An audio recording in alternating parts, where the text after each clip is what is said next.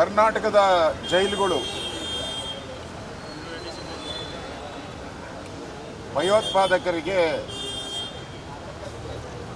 ಒಂದು ಸ್ವರ್ಗ. 5 ಸ್ಟಾರ್ ಹೋಟ್ಲ್ಗಳಲ್ಲಿ ಏನು ಫೆಸಿಲಿಟಿ ಸಿಗುತ್ತೋ ಅದಕ್ಕಿಂತ ಹೆಚ್ಚಿನ ಫೆಸಿಲಿಟಿಯನ್ನು ಈ ಜೈಲುಗಳಲ್ಲಿ ಈ ಕಾಂಗ್ರೆಸ್ ಸರ್ಕಾರ ಓಲೈಕೆ ಭಯೋತ್ಪಾದರ ಓಲೈಕೆ ಮಾಡ್ತಾ ಇರುವಂಥ ಕಾಂಗ್ರೆಸ್ ಸರ್ಕಾರ. ಕಾಂಗ್ರೆಸ್ ಪಾರ್ಟಿ ಇವತ್ತು ಜಾತ್ಯತೀತ ಪಾರ್ಟಿಯಾಗಿ ಉಳಿದಿಲ್ಲ. ಕಾಂಗ್ರೆಸ್ ಪಾರ್ಟಿ ಕೋಮುವಾದಿ ಪಾರ್ಟಿಯಾಗಿದೆ. ದೇಶದ ಮೇಲೆ ಬಾಂಬ್ ಹಾಕುವಂಥವ್ರು, ದೇಶದಲ್ಲಿ ಹಿಂದೂಗಳನ್ನು ಕೊಲೆ ಮಾಡ್ತಕ್ಕಂಥವ್ರು, ದೇಶವನ್ನು ವಿಭಜನೆ ಮಾಡ್ತಕ್ಕಂಥ ಯಾವ ಸಂಸ್ಥೆಗಳಿದೆ, ಪಾಕಿಸ್ತಾನದ ಸಂಸ್ಥೆಗಳು, ಅವರಿಗೆ ಕಳೆದ 2.5 ವರ್ಷದಿಂದನೂ ಕೂಡ ಇಲ್ಲಿ ರಾಜಾತಿಥ್ಯವನ್ನು ಕೊಡ್ತಾ ಇದ್ದಾರೆ. ಕುಕ್ಕರ್ ಬಾಂಬ್ ಬ್ಲಾಸ್ಟ್ ಮಾಡಿದವ್ರನ್ನ ಬ್ರದರ್ ಅಂದರು. ವಿಧಾನಸೌಧದಲ್ಲಿ ಪಾಕಿಸ್ತಾನ ಜಿಂದಾಬಾದ್ ಅನ್ನೋರಿಗೆ ಸ್ಟೇಷನ್ನಲ್ಲಿ ಕರೆದು ಬಿರಿಯಾನಿ ಕೊಟ್ಟು ಮನೆಗೆ ಕಳಿಸ್ತರು. ಅವ್ರನ್ನೇನು ಅರೆಸ್ಟೇ ಮಾಡಲಿಲ್ಲ. ಒಂದು ರೀತಿ ಕಾಂಗ್ರೆಸ್ ಪಾರ್ಟಿ ಪರೋಕ್ಷವಾಗಿ ಇವತ್ತು ಬೆಂಬಲ ಕೊಡ್ತಾ ಇದೆ. ನೇರವಾದಂಥ ಆಪಾದನೆಯನ್ನು ಮಾಡ್ತಾ ಇದ್ದೀನಿ. ಯಾಕಂದರೆ ಸುಮಾರು 5 ಕೋಟಿ ಕೊಟ್ಟು ಅಲ್ಲಿ CCTV ಕ್ಯಾಮ್ರಾ ಹಾಕಿದ್ದೀವಿ. 5 ಕೋಟಿ, ಒಂದಲ್ಲ ನೂರಾರು CCTV ಕ್ಯಾಮ್ರಾಗಳು. ಒಂದು ವರ್ಕ್ ಆಗಿಲ್ವಾ? ಏನೋ ಒಂದು ಕೆಟ್ಟೋಗಿದೆ, 10 ಕೆಟ್ಟೋಗಿದೆ, ಓಕೆ. ನೂರಾರು CCTV ಕ್ಯಾಮ್ರಾಗಳು ಯಾರು ಆಫ್ ಮಾಡಿದವರು? ಸರ್ಕಾರದ ಆದೇಶ ಇಲ್ಲದೆ ಆಫ್ ಹೆಂಗೆ ಆಗ್ತೈತೆ? ಯಾವನೋ ಒಬ್ಬ ಕಾನ್ಸ್ಟೇಬಲ್ ಒಂದನ್ನು ಆಫ್ ಮಾಡ್ಬೋದಪ್ಪ, ಒಂದನ್ನು ತಿರುಗಿಸ್ಬೋದು. ನೂರಾರು CCTV ಕ್ಯಾಮ್ರಾಗಳು ಹೆಂಗೆ ಒಂದೇ ಸರಿ ಆಫ್ ಆಗುತ್ತೆ? ಇವರ ಇಂಟೆಲಿಜೆನ್ಸಿ, ಕಾಂಗ್ರೆಸ್ ಸರ್ಕಾರದ ಬಂದ ಮೇಲೆ ಇಂಟೆಲಿಜೆನ್ಸಿ ಅಂತೂ ಸತ್ತು ನೆಲ ಕಚ್ಚಿಬಿಟ್ಟಿದೆ. ಇಂಟೆಲಿಜೆನ್ಸಿ ರಾಜ್ಯದಲ್ಲಿ ಇಲ್ಲೇ ಇಲ್ಲ, ಸತ್ತೋಗ್ಬಿಟ್ಟಿದೆ. ಅದರ ಅಧಿಕಾರಿಗಳು ಪೂರ್ತಿ ಗುಲಾಮಗಿರಿ ಮಾಡ್ತಾ ಇದ್ದಾರೆ, ಕಾಂಗ್ರೆಸ್ಸಿನ ಗುಲಾಮಗಿರಿ ಮಾಡ್ತಾ ಇದ್ದಾರೆ. ಗೊತ್ತಾಗಲ್ಲ ಇವರಿಗೆ. ಒಳಗಡೆ ಮೊಬೈಲ್ ಹೋಗೋದು ಗೊತ್ತಾಗಲ್ಲ, ಒಳಗಡೆ ಎಣ್ಣೆ ಹೋಗೋದು ಗೊತ್ತಾಗಲ್ಲ, ಒಳಗಡೆ ಗಾಂಜಾ ಹೋಗೋದು ಗೊತ್ತಾಗಲ್ಲ, ಒಳಗಡೆ ಮಾಂಸ ಹೋಗೋದು ಗೊತ್ತಾಗಲ್ಲ. ಕ್ಯಾಬ್ರೆ ಬೇರೆ ಒಳಗಡೆ, ಮೇಲ್ ಕ್ಯಾಬ್ರೆಗಳು ನಡೀತಾ ಇದೆ. ಇವತ್ತು ಫೋಟೋಗಳು ಬಂದಿದೆ, ಅಲ್ಲಿ ಡ್ಯಾನ್ಸ್ ನಡೀತಾ ಇರೋವಂಥದ್ದು. ಡ್ಯಾನ್ಸ್ ನಡೀತೈತೆ, ಎಣ್ಣೆ ಸಿಗ್ತೈತೆ, ಅಫೀಮ್ ಸಿಗುತ್ತೆ, ಗಾಂಜಾ ಸಿಗುತ್ತೆ, ಬಿರಿಯಾನಿ ಸಿಗುತ್ತೆ. ಇನ್ನೇನು ಬೇಕು? ಅವ್ರ ಹೊರಗಡೆ ಇವೆಲ್ಲ ಕಷ್ಟ ಸಿಗೋದು, ಅಲ್ಲಿ ಆರಾಮಾಗಿ ಸಿಗ್ತೈತೆ. ಮತ್ತು ಇನ್ನೊಂದು, ಮೊಬೈಲ್ ಕೊಟ್ಟು ಅಲ್ಲಿಂದ ಬ್ಲ್ಯಾಕ್ ಮೇಲ್ ಮಾಡ್ತಾ ಇದ್ದಾರೆ.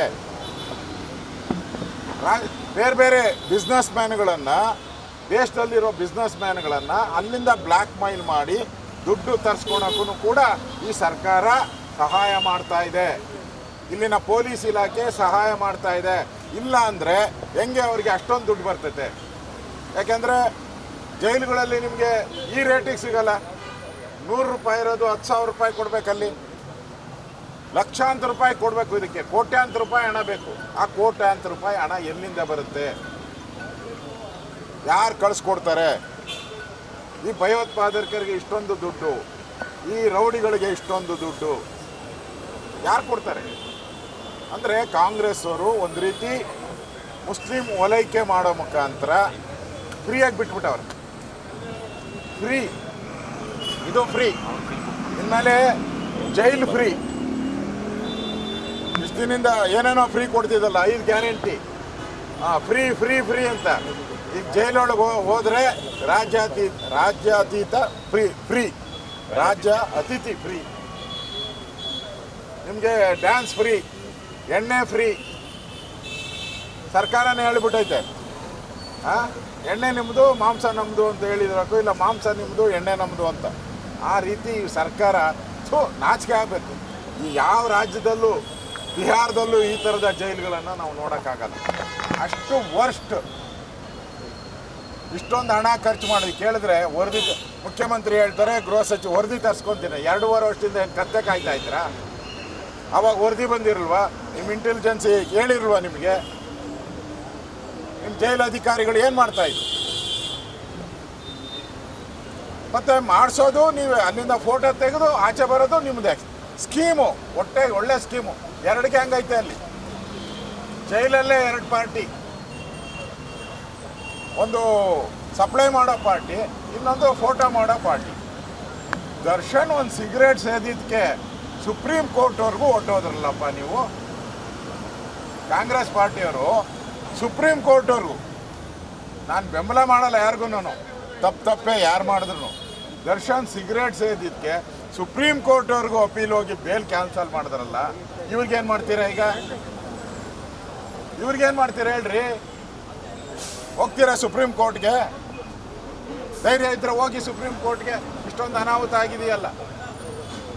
ಇದು ಕಾಂಗ್ರೆಸ್ ಪ್ರಾಯೋಜಿತವಾದಂಥ ಭಯೋತ್ಪಾದಕರ ಒಂದು ಸಾಫ್ಟ್ ನೇಚರ್ ಏನಿದೆ. ನೀವು ಈಗಾಗಲೇ KFD ಪಾಪ್ಯುಲರ್ ಫ್ರಂಟ್ ಅವ್ರನ್ನೆಲ್ಲ ಹಾಸನದಲ್ಲಿ, ಹುಬ್ಳಿಯಲ್ಲಿ, ಶಿವಾಜಿನಗರದಲ್ಲಿ ಆಯ್ತಲ್ಲ, ಯಾವುದು KJಹಳ್ಳಿ DJ ಇವ್ರನ್ನೆಲ್ಲ ಬಿಟ್ಬಿಟ್ಟು ಇವರೆಲ್ಲ ಈಗ ಸಪ್ಲೈ ಗ್ಯಾಂಗು, ಇವ್ರದ್ದೇ ಏಜೆನ್ಸಿ ಇದೆ. ಇವ್ರನ್ನೇನು ಬಿಟ್ಟಿದ್ದಾರೆ ಅಂದರೆ, ನೀವು ಜೈಲೊಳಗಡೆ ಭಯೋತ್ಪಾದಕರಿಗೆ ಸಪ್ಲೈ ಮಾಡಿ ಅಂತ ಕಾಂಗ್ರೆಸ್ ಅವರೇ ಬಿಟ್ಟಿರೋದು. ಇಲ್ಲಾಂದರೆ ಕೇಸ್ ವಾಪಸ್ ತೆಗಿತಾ ಇದ್ದೀವಿ. ನನಗನ್ಸುತ್ತೆ ಕರ್ನಾಟಕದಲ್ಲಿ ಈ ಲಾ ಆ್ಯಂಡ್ ಆರ್ಡ್ರು ಸತ್ತೋಗ್ಬಿಟ್ಟಿದೆ.